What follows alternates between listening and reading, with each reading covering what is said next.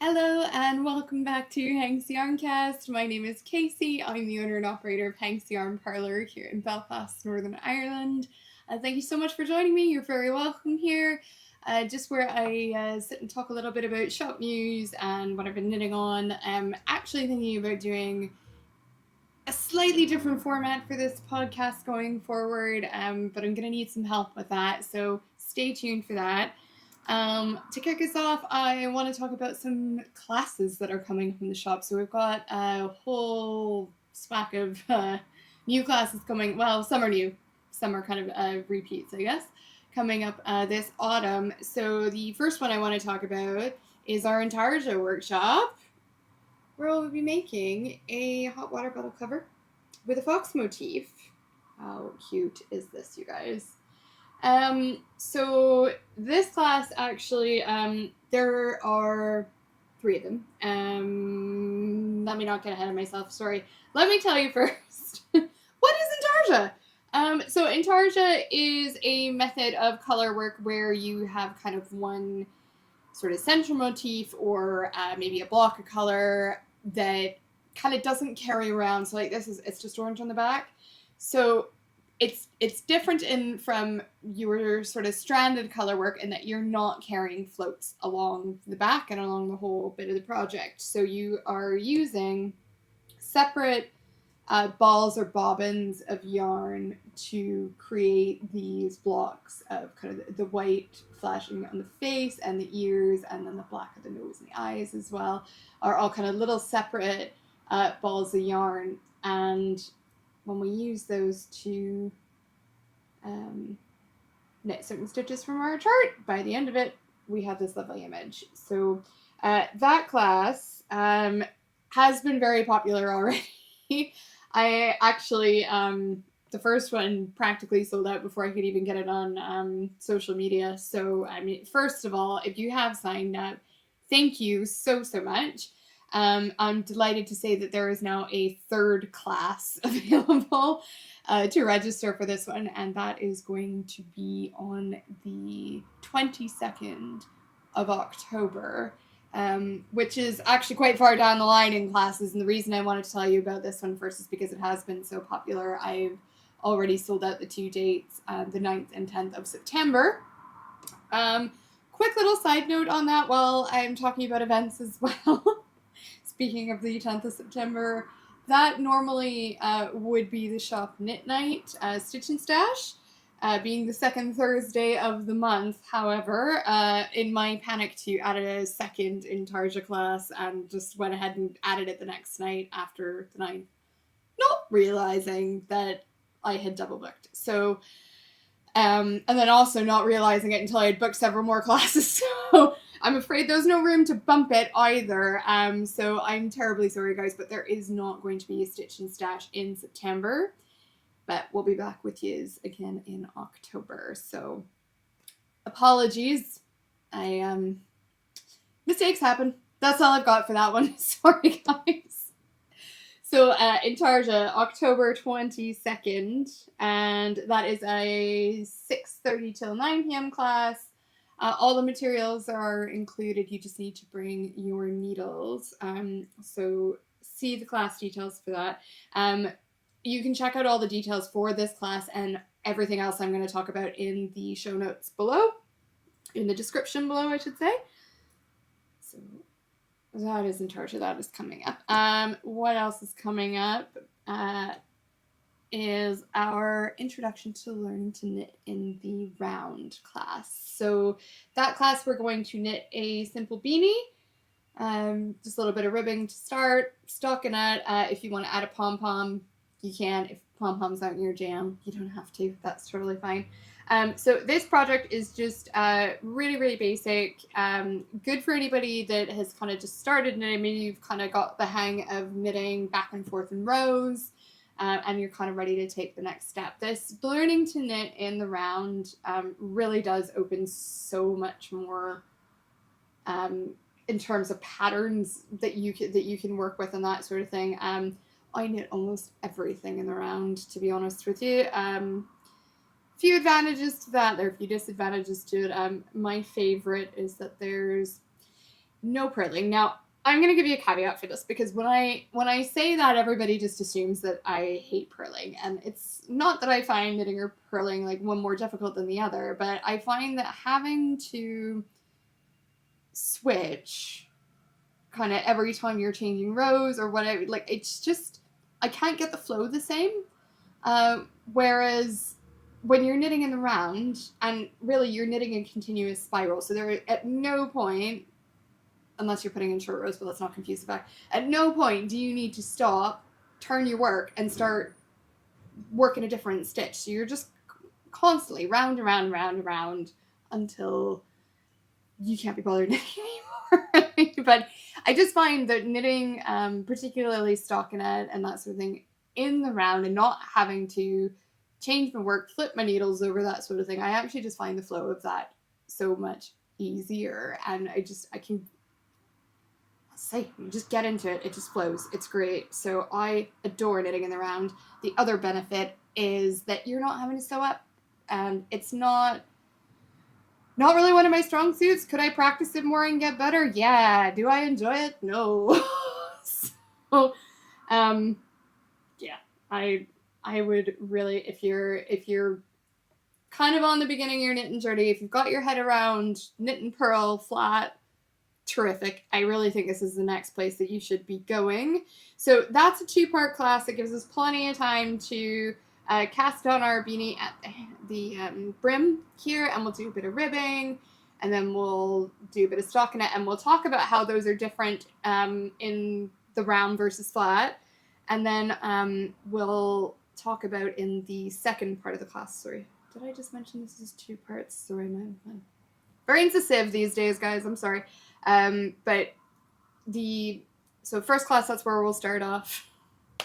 I'm so sorry, guys. I'm totally repeating myself here. Anyway, first class, we're going to start off the brim and the bit of stockinette. And then the second class is where we'll get into some basic shaping. So we'll learn how to do some simple decreases, both right-leaning and left-leaning.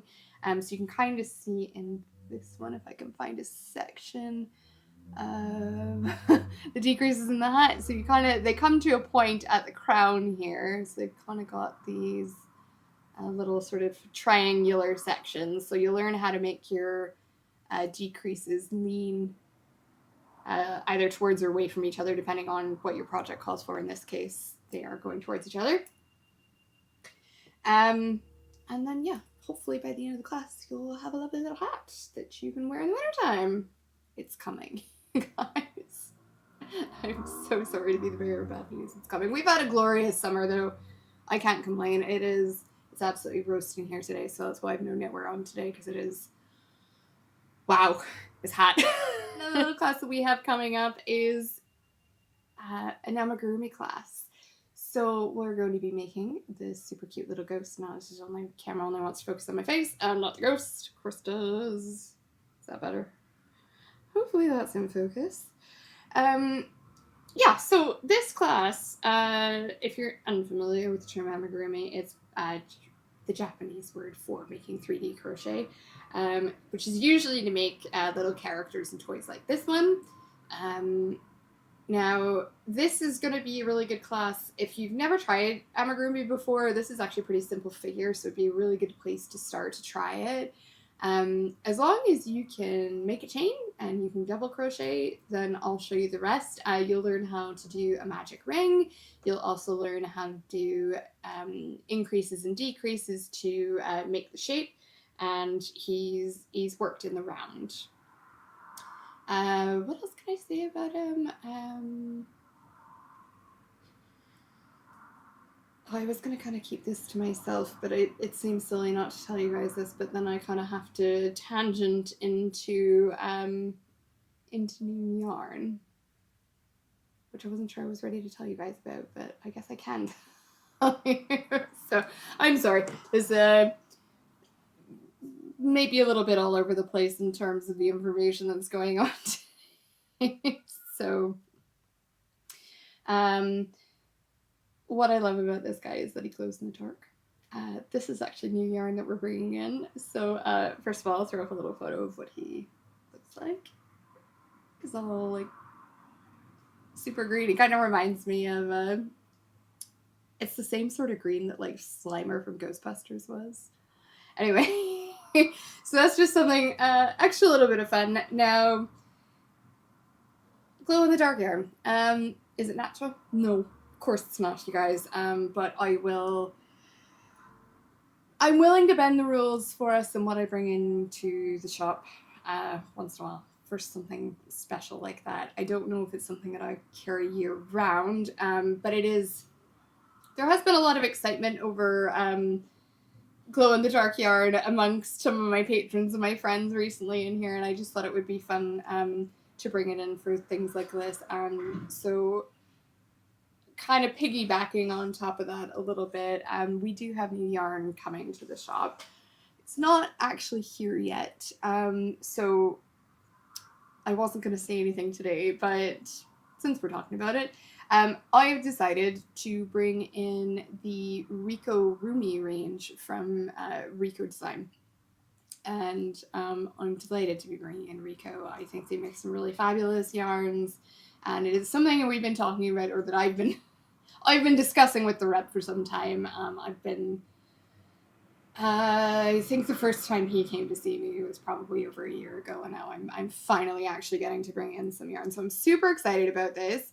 Not only are we bringing in the glow in the dark yarn, which, by the way, is 100% polyester, and I know that's not normally my thing, you guys. I get it, I know, but for the sake of having fun once in a while, we can make a tiny spot available for it in the shop at least some of the time.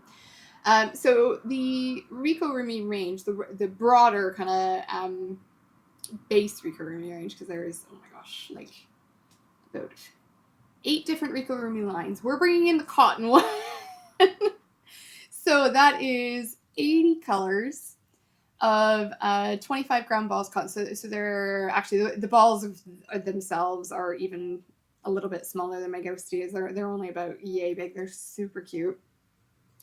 But they're also really inexpensive. So you can, it's kind of a bit of a thing with amigurumi. You usually only need really small amounts of certain colors, and then you end up with a lot of waste because you've got all this, these kind of leftovers, which are also not a bad thing. If you're into having leftovers, great.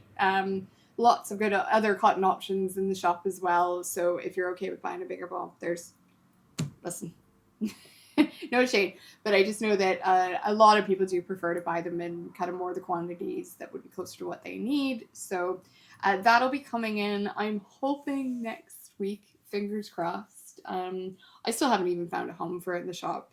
We're pretty much at capacity right now, but sure, I'll find somewhere for it.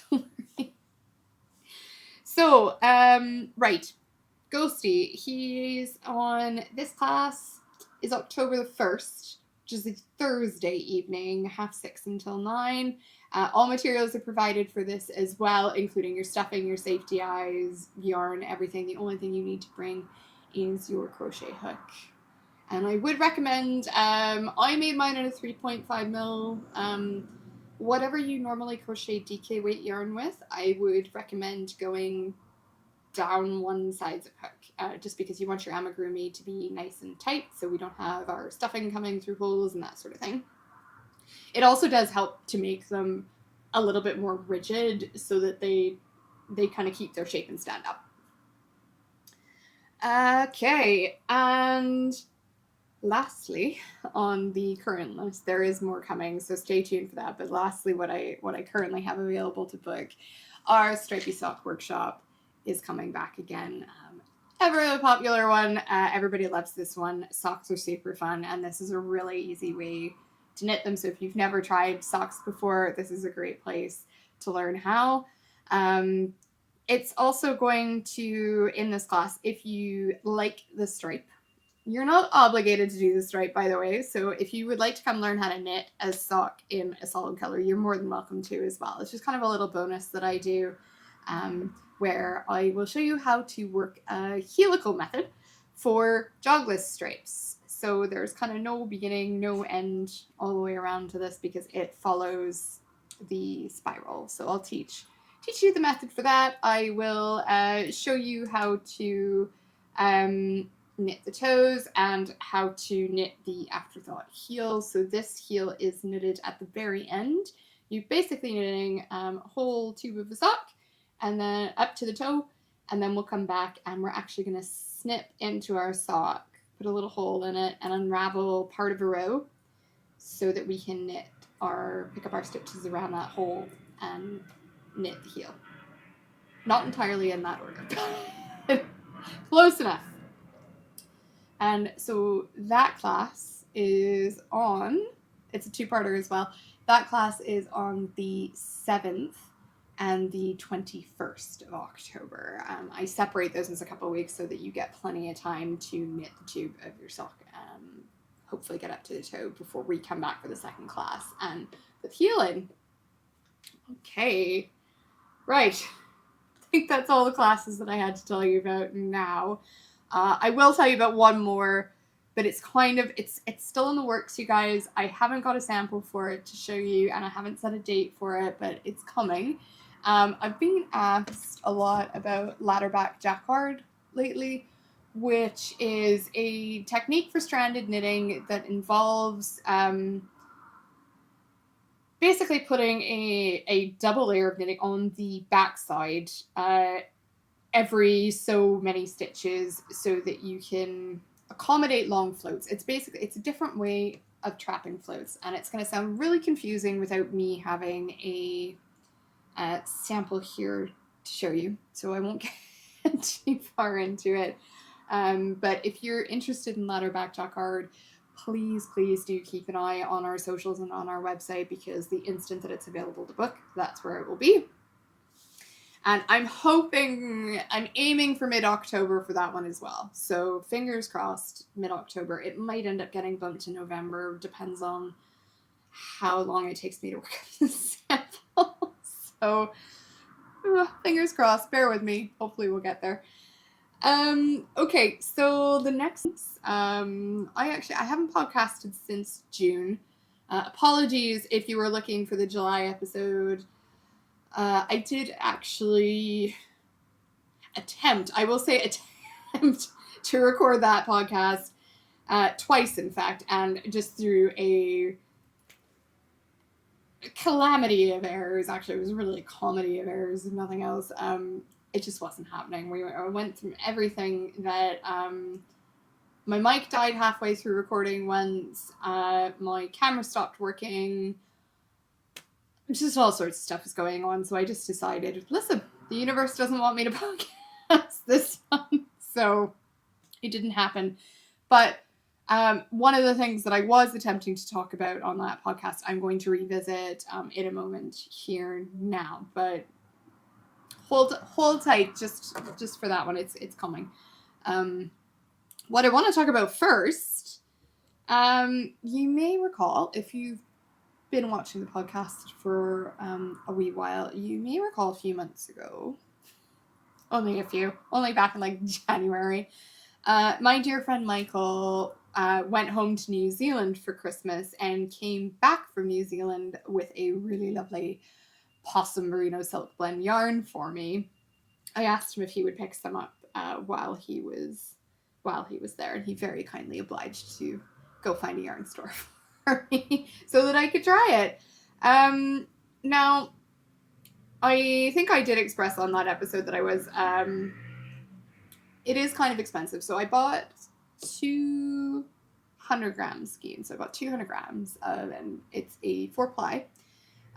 They are 420 meters per skein, so I've got 840 meters total, and I was having quite a time because I didn't buy a sweater quantity, which should have. So I was thinking in my head it'll be a shawl or a wrap or something to that effect, and I started knitting like a just really simple brioche rib wrap with it, and it was going along okay, and it felt great. Like the squishiness of the Possum on top of the squishiness of brioche was fantastic. It was nice. I was so bored knitting it though. I think I got about 3.5 inches into this wrap, and I was loving the feel of the product, but I was hating knitting it. It was not exciting me, and I felt like it was not doing justice to this yarn. So I decided we were going to start again. That's not quite what it needed to be. Now, you may also recall, back when I first got this yarn, that I was having a bit of a waffle between, okay, well, I think I kind of landed on a shawl or wrap because I don't normally like vests. Now, I have in fact cast on a vest. My big kind of hang up with vests is just that, like, listen, I know that they're super cute and everybody looks so great in them, and you can wear them, you know, with dresses or with trousers, or, you know, there's lots of different ways to style them and that sort of thing. But the thing that puts me off a vest is I am one of the sorts of people that is normally always cold, like particularly in the wintertime. And like, I can't regulate my own body temperature, so as soon as I sit down and stop moving, I'm freezing and I hate it. So in the wintertime, especially in the shop because it's quite cold in here most of the time, I am always wearing like a big sweater. I absolutely need something with sleeves. So I veered away from vests because they didn't seem very practical for me. But I've had a bit of a change of heart on that. I mean, I'm still not sure that they're going to be more practical for me, but I acknowledge that they are a layering piece, so they will go over top of, you know, another, if it has to be a long sleeve top, maybe with, you know, like it would look super cute, I think, with a like collared shirt underneath it. Sorry, I'll throw up a photo of the pattern. You can see I've started it now. So the pattern that I'm basing this off of, and I'm going to say basing off of because I'm doing a lot of modification here, is the Mountain Laurel top. I'm so sorry, I've forgotten the designer, but I will pop her up there. Is it Andrea or Amanda Gowan? Oh, I'm not sure, but I'll pop it up there. It'll also be in the description below.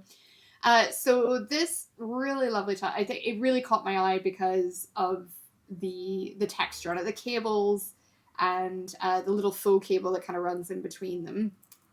So, which is exactly what I've got going on here. Now, the pattern is quite a bit. The shape of it is not really what appealed to me. I didn't like the shape of it. It's quite. It's fair. Well, first of all, it's fairly long, and it's totally straight side, so it doesn't have any shaping in it.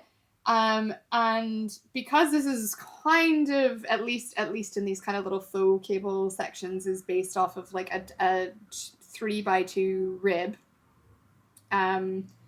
the fabric doesn't curl or anything at the bottom, so she's just kind of got you going pretty much straight into the cable pattern. It doesn't have any ribbing at the bottom, which is totally cool. But because I wanted to modify the shape, I wanted something that was going to be more fitted, and a bit more cropped. I kind of think I had in mind something a little bit more of like a 1940s, 1950s kind of vintage silhouette, so that it would be quite close fitting at the waist, and then actually quite close fitting throughout the body, I would say, and then round neck on it, kind of a set-in sleeve sort of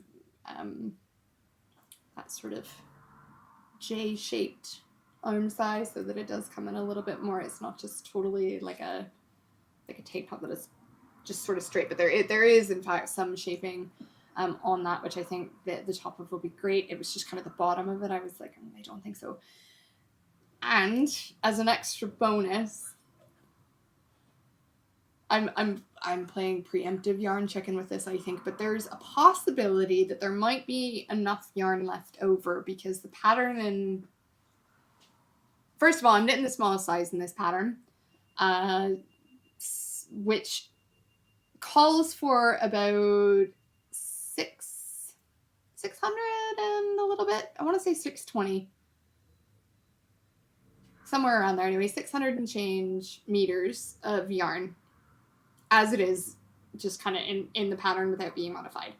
So because I am going to make it significantly shorter, I think there just might be enough yardage, because I have 840 meters total. Sorry, I keep saying yardage and meterage like they're floating about on. But yeah, I think there just might be enough left over at the end that if I wanted to, I could pick up sleeves around the armholes and knit sleeves. So yeah, well, I think that'll just kind of be a wait and see when we get there sort of thing. If there's not enough to knit sleeves, then I think the remainder will probably just be turned into a cozy little beanie for myself. And I won't be sad either way. I'll have a really lovely vest and a nice beanie, or I'll have a sweater. So that's what I'm going with. Let's talk a little bit about what all I'm kind of modifying. So I did say there about like the shape. Now I'm also modifying, and also this looks absolutely tiny right now. I mean, I have lost some weight, but I'm not that tiny. But it is just because it's ribbed and it's really cinching itself in, so it should relax a little bit after it's blocked, and it should fit fairly well. What I decided to do, because there's no shaping in the pattern, so it's just straight up and down on the sides, and because I wanted something that was a little bit kind of more cinched in at the waist and got a little bit bigger at the bust, I took a page out of the Tori Yu Queen's Cami pattern. Now, she does the shaping. I do not have that handy. I should have grabbed it to show you guys. But basically, it's an A-line top. I'll throw a photo of it up here. She does the shaping on this cute little camisole by changing the needle size. So she changes the gauge. It starts off fairly loose around the bottom. She's using a bigger needle, and then gradually she goes down a needle size until she gets up to the bust, where the gauge is quite a bit more dense, and therefore it's more modest as well. So it's not so see-through up here. In fact, at least mine is anyway. It's solid. But it gives you this sort of nicely lined shape without having to increase or decrease the stitch count. So what I've done that in reverse. What I actually did, first of all, I added a bit of ribbing to the bottom, really just so that it would actually cinch and stay kind of in place. I thought it would just kind of fit a little bit better if I wanted to wear it over a dress or with a skirt. So I did about 2.5 inches of ribbing on the bottom in a 2.75 needle, and then jumped straight into the chart on a 3mm needle. Did a couple repeats of the chart, about an inch or so, and then switched to a 3.25, did a few more repeats, and then now I'm up to a 3.5, which should be my gauge needle according to my swatch. So hopefully that's as big as we need to go. I mean, to be honest though, if I get kind of this far and it feels too tight, I mean, first of all, I do know that it's going to relax a little bit with blocking because my swatch did, but if I need to, I might just bump it up to a 3.75. Now that is it's going to make it a little bit interesting to see just kind of how far the yarn itself does go, because obviously the bigger your needle size, the bigger your stitches are, the more yarn they're going to eat, but also then the bigger the kind of row gauges as well as the stitch gauge. So just meaning that it's going to grow vertically a little bit faster than it has been now. Yeah, so it's a bit of an experiment, I suppose. Another Franken knit. I can't leave a pattern alone, you guys. Every time I get a hold of a pattern, I'm like, yeah, I'm definitely gonna knit that. It looks amazing. And then I start reading through the pattern, and I'm like, actually, you know what would be great? We should go and change this. So I can't leave anything alone. This is a pretty major change, but I am enjoying it so far. I'm really enjoying the chart. It's really easy to memorize. The chart's actually, it's only like 4 rows. It's a 4-row repeat and super simple to memorize. So I don't have to look at that anymore. If I put it down, it's kind of easy to find my place in it again.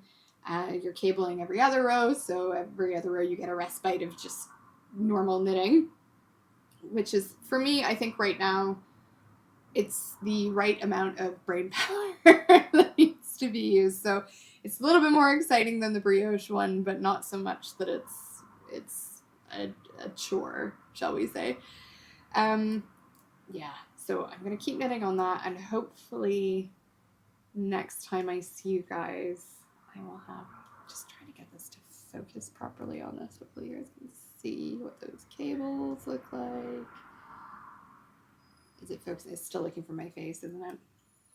Someday, you guys, I will figure out how this malarkey works. Would you believe that I actually have a degree in photography from the Alberta College of Art and Design? I don't think it's even called that anymore. I think it's got university credit status now, but anyway, can't work my own equipment. So, yeah, really, I'm still super, super stoked about the yarn. I mean, I haven't picked this yarn up since I fell out with the brioche wrap, the kind of initial iteration of it, and it has been a joy to just pick it up and squish it and work with it again. Like, I actually just kind of forgot how gloriously squishy it was, so that has been very pleasant. I'm enjoying it very much.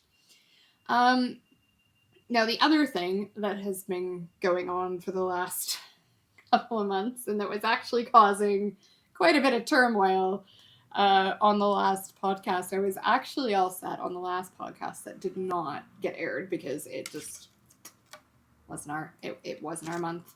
I had been talking about the trials and tribulations of my Inverleith tea. I'll throw a little photo up here so you can recall what the pattern was. This is a Sold a Tea pattern. I was knitting this as part of her 2026 garment knit along. Clearly I didn't finish, but I did actually get quite close. Now, there was a bit of drama-ramas the last time you guys saw us because of the increases on the shoulder. So this has sort of a modified contiguous method that's still just focusing on my face. I'm not sure if you guys can actually see where those shoulder stitches are. Yeah, you can kind of see them there. So they kind of create this little like bar, and when you pick up the stitches for the sleeve, there's sort of like a little tabler detail on that as well. So they've just got super cute little cat sleeves on them. Well, they're made to kind of look like they're turned up. Now, I was actually really, I mean, I've modified this greatly too, because it was coming out really large, and in fact it is still really large. So I have added, actually I'll tell you how I modified it in a moment, but what was making me unhappy about this, I was actually ready, in fact I was nearly ready to still come on this podcast and tell you guys that I'm going to frog this, mostly because I just wasn't crazy about how it was fitting. I just didn't find it very flattering on me at all. It was really loose and baggy, which, like, isn't the end of the world. It really isn't. It's just that I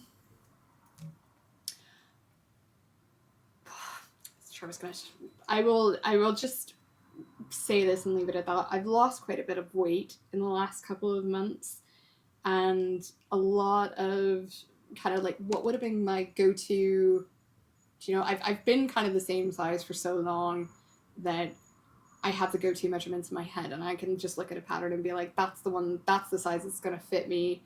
I kind of know enough now. I have enough experience now to know how much, 4 inches of positive ease is going to look on me versus 10 inches of positive ease or negative ease or whatever you want. So I kind of have an idea of that in my head. And I think when I picked this pattern and picked size and everything for that, even though I kind of knew a little bit in the background, I was like, you're a little bit smaller now. I think I just still went to kind of my default system, almost like I was on autopilot.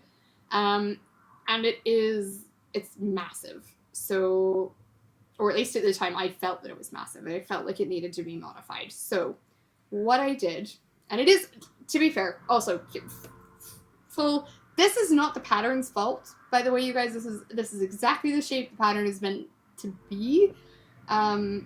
It just turned out to not be looking so great on my body. So I'm actually nearly finished it now. It does look a little, it's quite boxy, so it actually looks a little bit more cropped than it is, but I'll just throw it on over my vest here. But yeah, it's getting quite long, but there is a lot of positive ease going on here. And I think I just wasn't, maybe hadn't quite wrapped my head around or didn't quite realize how boxy it was going to be under the arm. There aren't a lot of really great photos of that on the pattern page on Ravelry, which is where I bought the pattern from. So I didn't really realize that there's actually, because like most patterns would have you kind of bind off so many stitches under the underarm or whatever, and then pick them up again for the sleeve. But this actually just kind of, the stitches just kind of come together and then they're like, bam, body. There's not actually, they just kind of gather under the underarm. There's not actually like a space there, if that makes sense. So your arm side is actually kind of teardrop shaped rather than having the flat bit at the bottom of the armhole like most patterns would. Hope that makes sense. But what that translates to is that the body of the garment then is coming straight out from where the shoulder ends. So normally you would have a bit of shaping here so that the armpit normally is kind of tucked in more. So it's in here and then your sleeve kind of comes down. Not the case with this one. It is very boxy. So I've done some modifications to it. I wasn't even crazy about it after the modifications, but I think now, I tried it on again today. I thought about it a little bit yesterday, and I kind of realized, first of all, it is going to get longer, and I think part of what might be turning me off right now is the fact that it's still,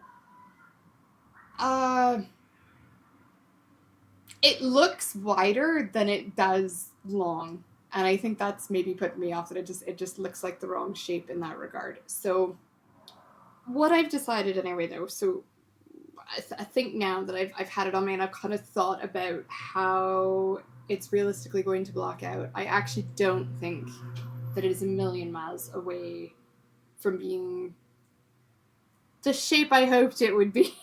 I don't want to say the wrong shape or the right shape, because it's the shape the pattern designed it to be. It's just not quite, I guess, what I expected. But I do think that a bit of blocking might block into the right shape. So what I'm trying to make up my mind right now is whether it's currently on some barber cords. I am debating whether to block it, see if it fits better, and then decide if I want to finish it up. Or I could finish it up and then block it and hope to God that it fits. If it doesn't, it might go to my sister. She's about the same. She's a little bit bigger than me. She's a bit taller than me. But I think that she generally kind of has more or less the same kind of body shape, if you will. And I do think that it would suit her. I think it's just not suiting me right now because it's really hanging off me. But if it does kind of come in a little bit and add the length, if it becomes a little bit narrower and a little bit longer, that's what we need to happen. And I think that it should do that with blocking. So I think I'm probably, because it's already on the barber cords, I think I'm just going to go ahead and block it. I've nothing to lose by doing that. It's not like you can't continue working on something after it's been blocked. It's going to need another block at the end of all things anyway. It won't hurt it to block it in stages as you go. Like, that's totally fine, guys. I've never had any adverse effects with that in my knitting. So far. So far. So yeah, I think first of all, I am so close to being done. If I frog this now, it's not going to get turned into anything else this season because we're already halfway through August. And as glorious as the weather has been, and it would have been really nice to be wearing this during it, I don't think it's going to last long enough for me to knit a whole other tee for this season. So if I frog it, it will end up going in the timeout pile until next spring when I restart doing those sorts of garments. And that makes me a little bit sad because working with the yarn has been great. And like, it's been so lovely, as I say, like just feel it gradually getting softer has been really, really nice. And I do love the color. You can't really see it on camera, but it does have just like a little bit of a shine to it. It's very kind of deep, jewelry kind of burgundy purple. I think the colorway is actually called Bordeaux, but it's it's not shiny, but it's not quite fully matte either. It's got a little bit of a sheen to it, and it's just a lovely color. So I'm really excited about actually wearing this at some stage. I just don't know if this yarn is going to remain in the form that it's in. So hopefully you'll be able to find that out on the next podcast. Hopefully in the next episode I will have either finished it or frogged it, so you'll know. That does bring me to the last little segment of the podcast, or what I would kind of like to be the last segment of the podcast. So I've been thinking that I would really love to have sort of a little bit of a Q&A. So I need your help with that. I need some questions to answer. And these questions could be about pretty much anything. I mean, you can ask about, if you want to ask about yarns, if you want to ask about techniques, if there's a particular problem that you've been having, if you want to ask about needles, if you want a pattern recommendation, if you want to ask a question about the shop, or any of our classes or events, yeah, literally anything. Anything from techniques to about the shop, that sort of stuff. Asking about yarn, asking about patterns, like any kind of questions around that sort of book that you guys can think of. You can either leave them in the comments below on the podcast videos here, or you can email them to me at info@hanksyarnparlor.com. Just make sure that you put in the subject line there, if you're going to email me, that it is a podcast question or question for the pod, because otherwise it will get lost in the rake of other emails that I get. And oh God, it's insane what sort of email. Cause sure, you know yourselves, everybody gets absolutely inundated with emails these days. Every 2 seconds there's another one popping up the inbox. So if you do decide to go that route, that's absolutely grand. Just please do put in the subject title, in the subject heading, that it is a question for the podcast. If it's something that I don't know the answer to, I will do my absolute best to find out for you. There are no stupid questions either. Like, if it's something that's been making you curious, I guarantee that there is somebody else that is wondering the same thing you are. So please, don't feel embarrassed if you feel like your question is silly. It's not. And that's how we learn anyway. You don't know what you don't know, right? So that's absolutely fine. I'd be delighted to help if I can. So again, any questions, whether that's about technique or it's about yarn, specific yarns, or just about fibers in general, could be questions about blocking maybe, or I don't know. You guys tell me what's on your mind, and hopefully we will be able to add that in. So thank you so much for joining me. This has been a little bit all over the show. Some new formatting and some technical errors and some just out of practice because I haven't actually sat and talked to a camera, and we'll talk to you guys through a camera for a couple of months. I'm a little out of sorts. But yeah, thank you so much for joining me. Again, all of the class information, as well as the patterns I've been talking about today and the yarns, I'll have links to all of that good stuff in the description below. You can also find our my social media links down there. So we're on Facebook, Instagram, TikTok. Obviously, you're here watching me on YouTube. And the website itself is down there as well. So loads of places you can find us. And if you've enjoyed your time here, please don't forget to hit the like and subscribe so that you'll know when the next podcast comes out.